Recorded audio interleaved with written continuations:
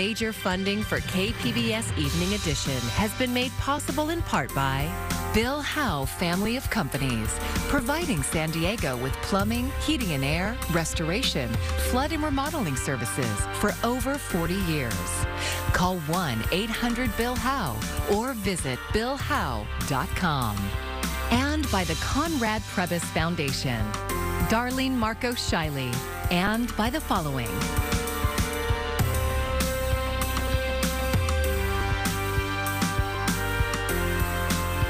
And by viewers like you. Thank you. An unprecedented agreement between a tribal government and California. Thank you for joining us. I'm Maya Trabulsi, and it comes as the weather and fire season are heating up. KPBS reporter Kitty Alvarado tells us this agreement will help expand the state's network of resources needed during disasters. The Pala Band of Mission Indians and the state of California made history this morning.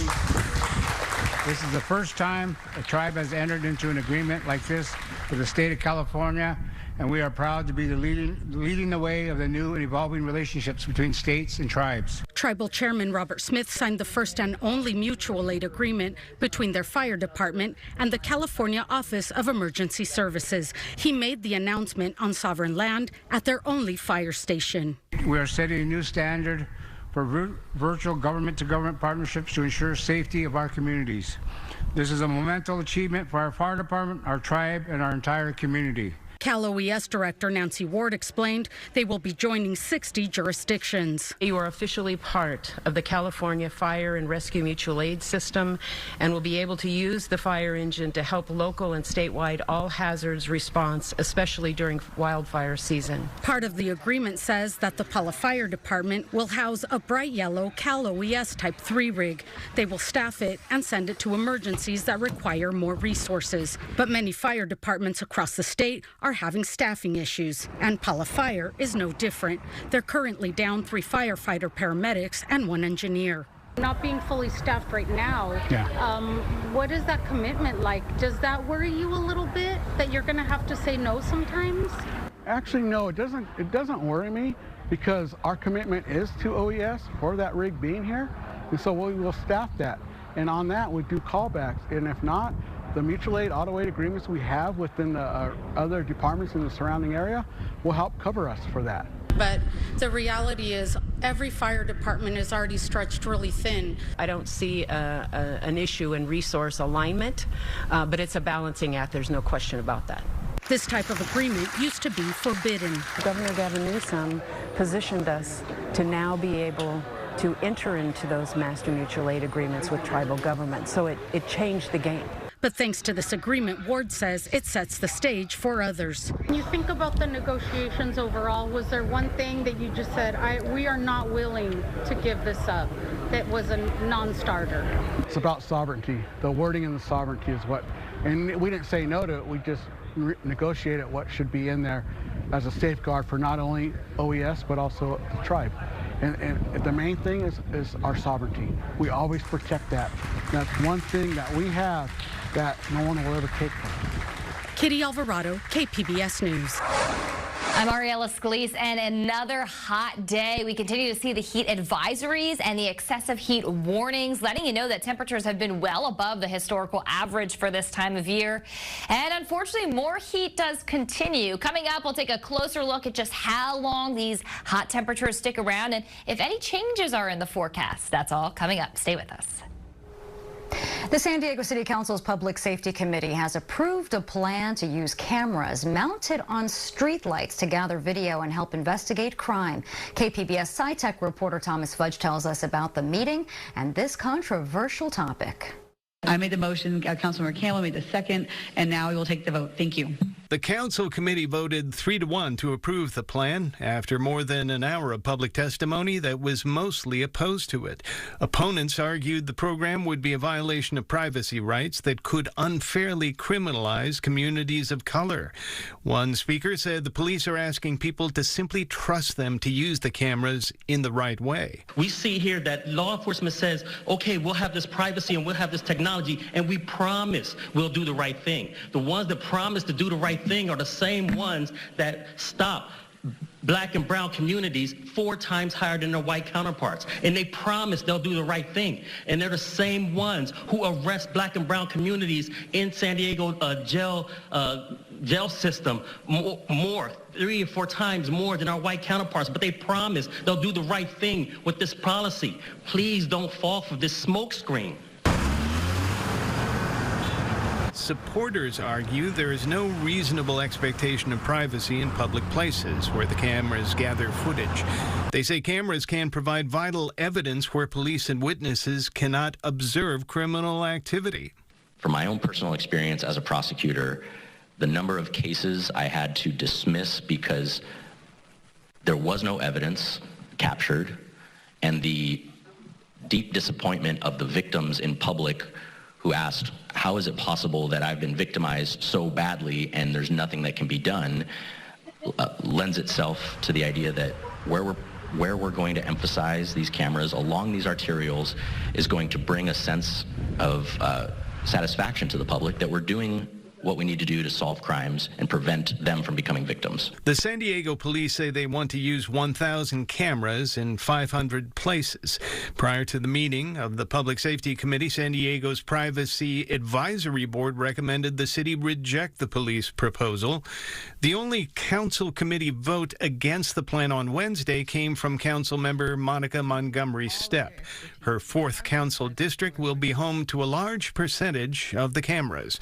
The proposal now goes before the San Diego City Council. Thomas Fudge, KPBS News.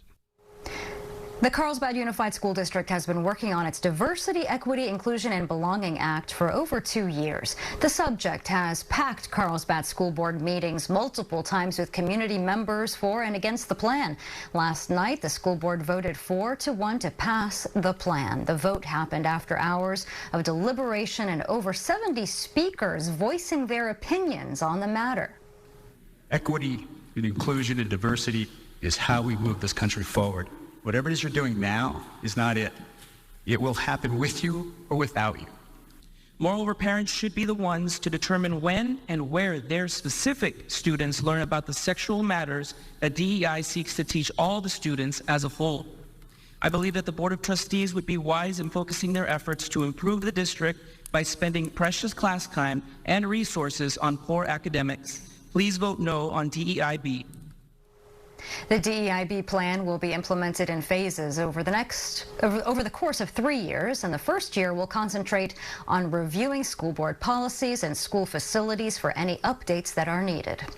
Well, early voting is underway in the race for the District 4 County Supervisor seat. Today, candidates will be vying for your vote in a forum at St. Paul's Episcopal Cathedral. And those candidates are Veterans Advocate Janessa Goldbeck, San Diego City Council member Monica Montgomery Stepp, co-founder of Reopen San Diego Amy Reichert, and retired Marine Paul McQuigg. The forum starts at 6:30.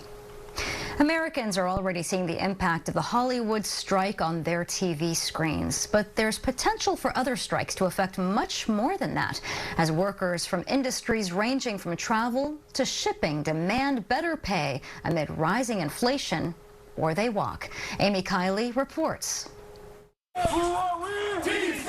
Labor strikes could soon make it harder to order packages, take a vacation, or enjoy some entertainment. We know how much money UPS makes because we literally make it for them every day. Members of the UPS Teamsters Union are staging practice picket lines. We want to sit at that dinner table. We help put that turkey on that table. Just give a seat. Give us a seat. American Airlines flight attendants are set to vote on a strike authorization this month. Their union's negotiating for an immediate 35% raise. That's in line with what United, American, and Delta have offered pilots. And in Southern California, hotel employees have been staging short-term walkouts over pay and benefits. Meanwhile, Broadway workers could go on strike as soon as tomorrow. Members of the International Alliance of Theatrical Stage Employees are voting through today on whether to authorize such a walkout. And in Hollywood, technology cannot replace an actor full on. Unions for writers and actors say streaming services are undercutting their pay, and they want restrictions on AI. Now, as it relates to writers, I think they can more easily be replaced by artificial intelligence. I'm Amy Kiley reporting. It's full-on fandemonium downtown for Comic-Con, and today was the first day of the pop culture convention. Because of the writer and actor strikes, this year it's less about Hollywood and more about comics. KPBS reporter Alexander Nguyen has a look inside the sold-out event.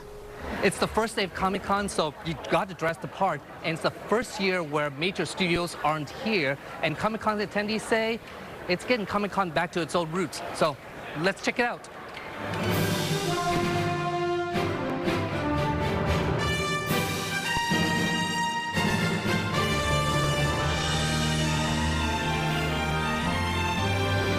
With no Hollywood stars at Comic-Con, comic artists are the stars at this year's pop culture convention. I think it's great. South Bay artist Patrick Ballesteros had a line of people already waiting for him as soon as the convention floor opened. It's a great time for the undiscovered artists or the new artists or someone's been grinding to get that recognition and to also just find a new crowd, find a new audience because they're able to be showcased among the noise now. That's how Palm Springs resident Peter Everling discovered Ballesteros. I only just discovered his artwork this year. I didn't realize the line was going to be this big. So I didn't know he was that popular, but I can see why. Ballesteros says his art is influenced by pop culture, but with his own twist incorporating his Filipino culture, like this Filipino version of Luke and Leia. With most of the Hollywood panels canceled, more people are out here on the convention floor.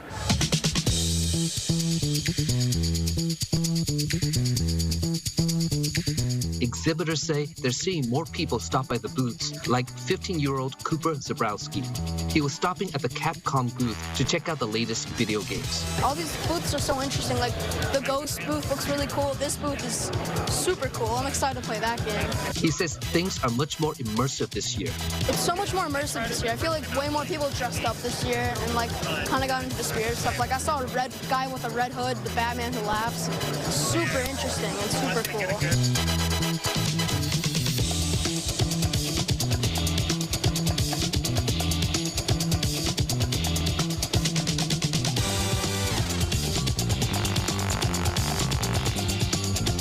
It's a little bit after 5, and people are starting to head over to the gas lamp area where the parties are about to begin. At the Convention Center, Alexander Nguyen, KPBS News. And we have more Comic-Con coverage tonight. Coming up, meet real-life scientists busting the mad scientist myth that we see so often in movies and the comics. The Women's World Cup kicked off in Australia and New Zealand today with both host countries' teams getting a win. Team USA plays tomorrow. KPBS reporter Melissa May spoke with young fans who are so excited to cheer them on as they go for their third straight World Cup title. Team USA may be playing down under, but they've got plenty of fans in San Diego to cheer them on! It's just going to be awesome to see them play and against hard teams all over the world. I love the rush when they score a goal because it's like the stand goes... It goes wild. I'm excited to see with their new younger additions to the team how they're going to play and how well they've become as a team. Local soccer club, the Cardiff Sockers, had a special Team USA Day during their summer camp to show support for the U.S. women's national team and the World Cup. I think that it's actually pretty cool that I get to watch a lot of the greats play. Like, I like watching Sam Kerr and Alex Morgan, and I think that when the different teams play, it's a good experience for me to learn how to play myself. Fifth grader Brisbane Gates is happy that people respect and support women's soccer. These girls did something really great, like compete on a national level of soccer, and they've won the World Cup 4 times, and that's really cool to me. Surprisingly, the boys haven't won it once. For young athletes like Hannah Jane Wright, it means a lot to watch women compete in the World Cup. They're awesome. I'm awesome too. We both had the same moments in life where we were just little kids starting at soccer and then big kids growing up to move on. Team USA has won 4 of the last 8 Women's World Cups and has never finished off the podium. And if you're wondering who these girls are rooting for, USA, obvi. and why? Because they're the best. USA begins their 2023 World Cup journey at 6 p.m. on Friday against Vietnam. Melissa May, KPBS News. As temperatures soar, so are housing costs, and new data released this month shows mortgage rates are the highest that they've been all year at nearly 7%. Jen Sullivan explains what this means for home buyers. Amid a sizzling real estate market, mortgage rates are soaring to red-hot levels this summer. Rates in the U.S. are pushing towards 7%. That's the highest level so far this year, according to the latest data from lender Freddie Mac. The higher rates are, the less home people can afford. But that's not slowing down determined home buyers. There's still plenty of demand out there for new housing. And in fact, we sort of have a housing shortage in the country. That low inventory and high demand means housing costs are still stubbornly high, despite new data this month showing inflation is easing. Experts expect inventory to stay tight for the rest of 2023, saying existing homeowners are refusing to sell their homes after refinancing and locking in low rates during the pandemic. A lot of housing economists are calling that the golden handcuffs. Homeowners are just staying in their homes. So what can you do if you're in the market for a home this season? 1, mitigate your expectations. Experts say if you're waiting to see lower mortgage rates, it might not happen this year. While the Fed paused interest rates last month, economists predict they'll likely raise them again this month and several other times this year. 2, work on your credit. Credit delinquencies are on the rise, and banks could adopt stricter lending standards for borrowers. 3, enlist a successful team. Do the work to find a great lender and realtor and explore borrowing options and see if it may work to buy now or wait until next year. For Consumer Watch, I'm Jen Sullivan. Parts of North Carolina are reeling from a devastating tornado, but the impact could have further-reaching consequences after a Pfizer manufacturing plant sustained significant damage. Mike Valerio reports. A North Carolina Pfizer plant slammed Wednesday by an EF3 tornado. One of the largest facilities manufacturing sterile injectable drugs in the world, the site supplies more than a quarter of such medications used in U.S. hospitals. A sterile injectable is really any drug that you give by IV, and it affects lots of aspects of American healthcare, from the operating room with anesthesia to infectious disease and a whole host of other medicines. Now, as the company assesses the damage to gauge the impact, experts are concerned Pfizer's lost product and production capability could have significant consequences in hospitals across the country. I'm really afraid that some patients will get suboptimal care, and there may be an increase in lives lost. Physicians and supply chain experts also fear this event could exacerbate the nation's ongoing drug shortages. I have about 300 drugs in short supply now in the United States. Dr. Peter Chin Hong of the University of California, San Francisco says there are several key factors contributing to the shortages, including increased demand, scarcity in raw materials from overseas, and a lack of transparency in the supply chain. It's a multimodal problem that needs a lot of interventions from different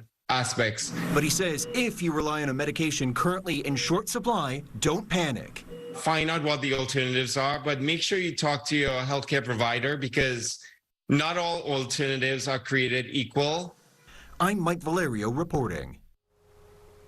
The heat wave we're seeing isn't just an inconvenience, it's costly too. A Virginia Commonwealth University report estimates that the heat is going to cost Americans $1 billion in health care costs. In San Diego South Bay, Dr. V. Wynn says over the last few weeks she's seen young athletes with muscle breakdown.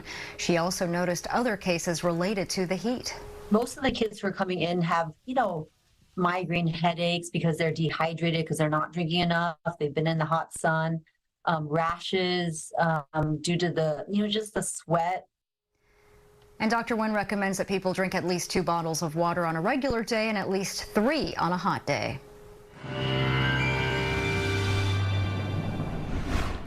Well, as we continue to track our weather headlines, it's the dangerous heat that really leads the story here about what we are expecting as we head into the next couple of days. Now, not everybody is dealing with the dangerous conditions when it comes to heat. We do have that marine layer that is moderating temperatures along the coast. And plus, we're going to be tracking some monsoonal moisture moving in that maybe brings some showers and thunderstorms Sunday into Monday. Let's start off with our temperatures as we head into tonight, because Oceanside, San Diego, things are looking good. We're down into the lower 60s, but Borrego Springs does not drop below the 80s. Only 82 tonight, and Mount Laguna drops to 70 degrees.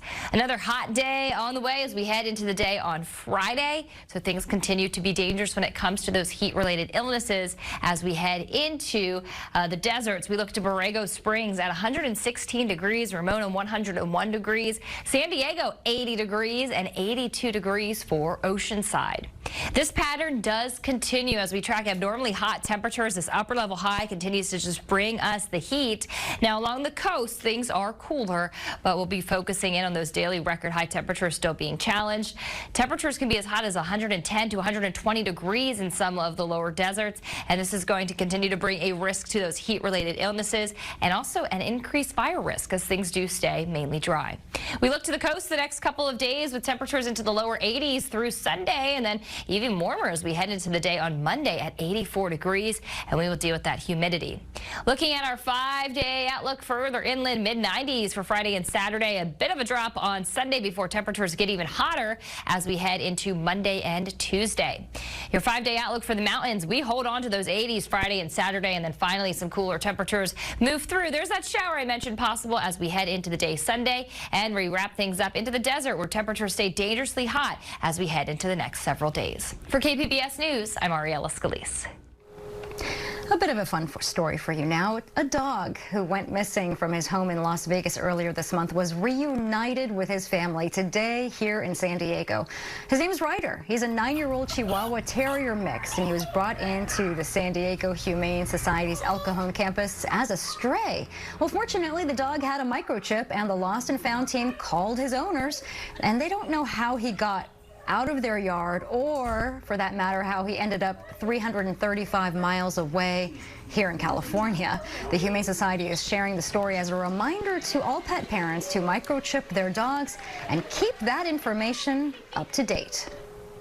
Among the cast of characters at Comic-Con this week, you will find some mad scientists. While they are very much alive in science fiction fantasy, the true data tells a different story. KPBS education reporter MG Perez brings us this reality check from the laboratory. It's alive! It's alive! It's alive! Dr. Frankenstein was a little high-strung, almost inconsolable, when he created his monster. Mad scientists are known for their electric personalities and penchant for pursuing procedures and protocols that are purely problematic. I'm ready to try my experiment on a human. $1 million. $100 billion. No, she's not really Dr. Evil. She is a rocket scientist whose laboratory is often a classroom with students.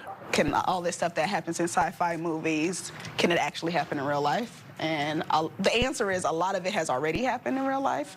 Jasmine Sadler is also a former military defense engineer, an entrepreneur, and advocate for teaching science. This summer camp at Lincoln High School is sponsored by the Blue Heart Foundation, which supports young students of color in becoming scientists in an informal education space. Through summer camps, Saturday programs, after-school programs, because that is what gives them the real-world perspective to the concepts that they're learning in school. Sadler is a Comic-Con panelist who is busting myths this week about scientists who are neither mad or villainous, although teaching her students artificial intelligence is a challenge. But as we stand on the precipice of new challenges, the return of Victor looms over us. You don't have limits, you don't have laws, but you have everything you need at your fingertips. Do you use it for good or for evil? Because it's not the technology that's good or evil, it's the person. Jay Gardner is myth-busting at Comic-Con 2. She is a real scientist from Philadelphia, doing real research to cure pancreatic cancer. She knows the stereotype she's fighting. It's usually evil or mad, or very Einsteinian with the white hair that's very crazy. Gardner is none of that. But she does have credentials in creating comics, something she's done since she was in graduate school, her own way of teaching science in an unscientific way. Wanting to show science in a much more fun and interesting light than what our textbooks provide, or how sometimes science lectures are given, like the rote memorization, that's far less interesting than what science really is. Coding, I like to think of it as almost like a recipe that we write that a computer can follow. Gracie Ermey is a computer scientist from Seattle. She is in San Diego for the Dr. Evil Myth-Busting ComicCon Panel 2. That's my impression. What she lacks in a mad scientist impersonation, she makes up for in her work. Ermey leads a team of engineers that processes millions of satellite images using AI to produce real maps of the Earth that can help world environmental leaders make decisions to combat climate change. Scientists are regular people who are working on cool things and have, these specific skill sets that we've developed over time, but anyone can become a scientist, and we're not villains. We're trying to make the world a better place. And maybe have a little fun at the same time. Give me the pinky. You got to give me the pinky. It's alive! In the name of God. MG Perez, KPBS News. And you can find tonight's stories on our website, kpbs.org. Thanks for joining us. I'm Maya Trabulsi. Good night. Major funding for KPBS Evening Edition has been made possible in part by Bill Howe Family of Companies, providing San Diego with plumbing, heating and air, restoration, flood and remodeling services for over 40 years. Call 1-800-BILL-HOWE or visit billhowe.com. And by the Conrad Prebys Foundation, Darlene Marco Shiley, and by the following.